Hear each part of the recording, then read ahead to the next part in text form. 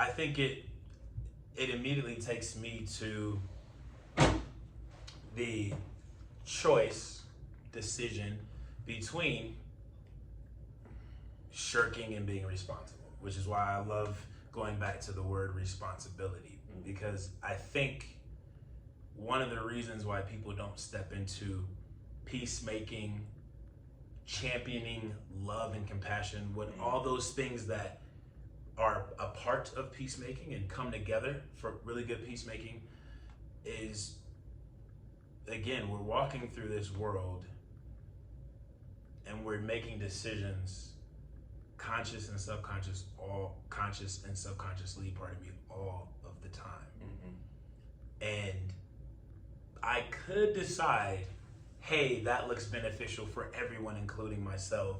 So I think I want to start down the road of being a peacemaker, even maybe a peacekeeper, on the road to being a peacemaker. Who knows? Yep. But thinking of steps and practices, right? Because sometimes peacekeeping is necessary. Right. We might have to keep. Exactly. Sometimes you got to keep the peace before you can make the peace. For sure. Yeah, it's understandable.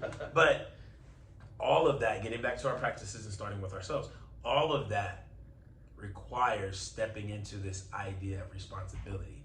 I cannot become a peacemaker or a peacekeeper, really, definitely not a peacemaker, if I'm not willing to step into, hey, what's it gonna take though for me to at least start experiencing peace? Maybe I can't get right away to a place where I pretty much 85, 90, 95% of my life walk through this world at peace.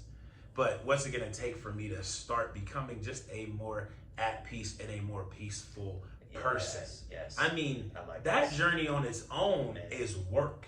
Yes. It's very well worth it. It is the work. It's the work. Yeah, Yes. It's the actual work. So again, it's, especially when you look around and you don't believe that there are a ton of people doing that work around you, or just out in what you see on a TV screen or your phone or your timeline.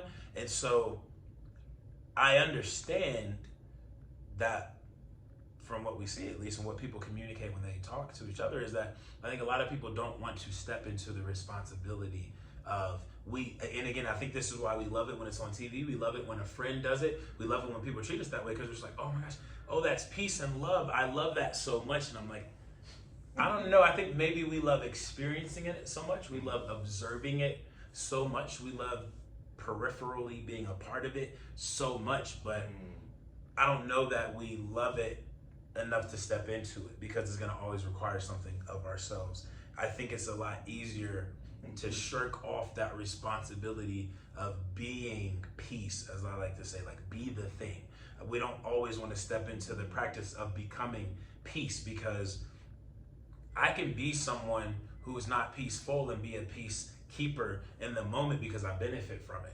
Maybe I don't want to see two family members or two people I care about tear each other apart, even though I'm not even interested in that in the world, but I care about these people. So I'm like, oh, let's keep peace. But if I'm someone who can be on a path to becoming not just peaceful, but to becoming peace, meaning I can now embody peace, and people know when I walk through that door, I may not be perfect, but I know his goal is to represent peace. So just be aware, whatever's happening here, peace is walking in the door. Wow. That's a different reality. And when we're getting back to this example of this model of Jesus, I think, kind of like you, that's why I view the Jesus person, the Jesus God, the Jesus narrative, the Jesus story, whatever you want to call it, that Jesus thing, I view it as so remarkable and so much greater than other things. Not that there haven't been a bunch of wonderful people or even entities or even ideas throughout history that helped us become peaceful and loving. Those are great. But to me, I think about the Jesus story and I'm like, oh, no, that is an embodiment of peace. It's an actual embodiment of love. Like, you can track what people said about him and through, even in different cultures, even people who don't believe in his deity, and they were like, yeah, but man, when he showed up, love was here. Justice was here. Peace was here. Righteousness was here, even though people call righteousness what it's not, but what actual righteousness is, righteousness was here. And I'm like, to me, that is something that affects, getting to that boomerang energy effect. I mean, now we're talking about what happens when your individual boomerang, you know, every time you throw it out, it's going to hit 50, 500, 5,000, whatever, 5 million. When you know you're going to have residual impact, that's why I think I'm kind of excited about the idea of trying to become the thing and not just talk about it, get around it, which is look cool, at whatever, it, that's cool. But I'm like, sing for about me, it. yeah, I'm like, man, but what if 1 million people on this earth of billions of people, what if 1 million people just became the thing? What if 2,000 people became joy and 50,000 people became love and 800,000 people became compassion on the earth? Now we're talking about a totally different earth. And I think now we're talking about people being able to see and even bump into and residually experience some of the healing and freedom and just excitement that come from these things. And I think it's a little easier to step in because now you're like, hey, I understand that this responsibility, that me stepping in and becoming this thing is going to cost me something, but I also know what it feels like to gain. Like we started this thing talking about flow. It's one thing for me to see what it's like when the other person wins the lottery. It's another thing for them to win and then for me to get $50,000. Yeah.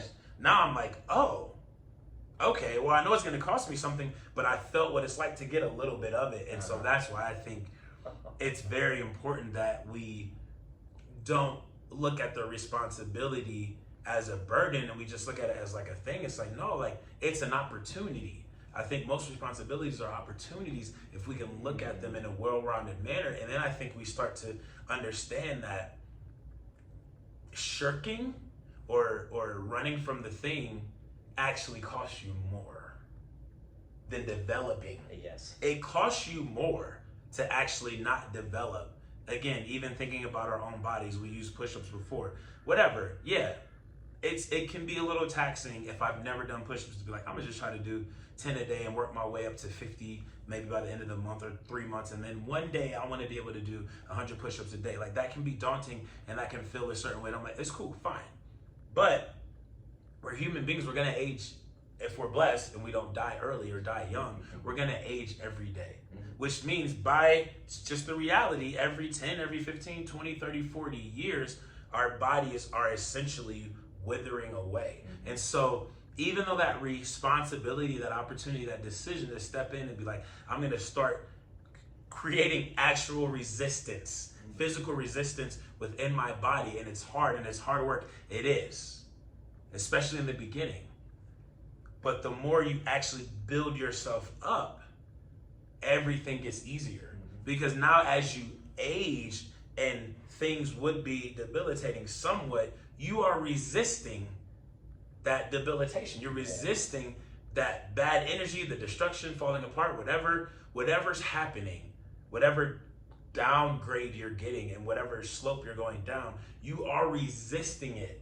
And you've started a pattern of stepping into this responsibility, work, opportunity, and now you're literally building yourself bigger, better, stronger, fuller. And so when you think you're escaping by shirking, you're actually hurting yourself.